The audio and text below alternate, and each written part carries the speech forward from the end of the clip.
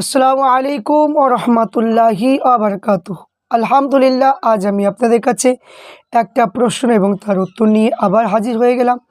আজ কি যে বিষয়টা নিয়ে আলোচনা করব, যখন কোনো বাচ্চা যখন ভূমিষ্ঠ হবে, তার যখন আকিকা দেওয়া হবে, মাথা চুলগুলো মানে কামানো এবং সেই যতটুকু চুল হবে মেপে স্বর্ণ রূপা দেওয়া যাবে কি না, এই বিষয় নিয়ে আমাদের প্রত্যেকের জানা প্রয়োজন।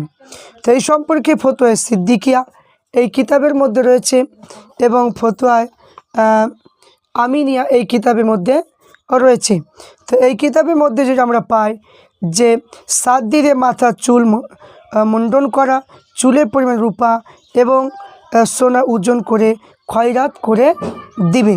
তাহলে এখান থেকে আমরা বুঝতে পারলাম, যখন বাচ্চা যখন ভূমিষ্ঠ হবে 7 দিনে যখন আমরা চুল যখন মণ্ডন করব, চুলের পরিমাণ রূপা সোনা ওজন করে যে টাকা হবে সেই টাকাটা ফকির মিসকিনকে দান করতে হবে।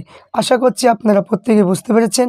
বুঝতে যদি পারেন প্রত্যেকে একটা করে লাইক দিন এবং আমার চ্যানেলটাকে সাবস্ক্রাইব করুন। ইনশাল্লাহ আপনারা প্রত্যেকে এইভাবে সঠিকভাবে ফুরফুরা শরীফে পীর মুজাদ্দুদুজ্জামান আবু বকর সিদ্দিক রহমাতুল্লাহ আলাইহি, তিনি আমাদের আকাবির, তিনার কিতাব থেকে সমস্ত বিষয়ে ইনশাল্লাহ আলোচনা আপনারা শুনতে পাবেন।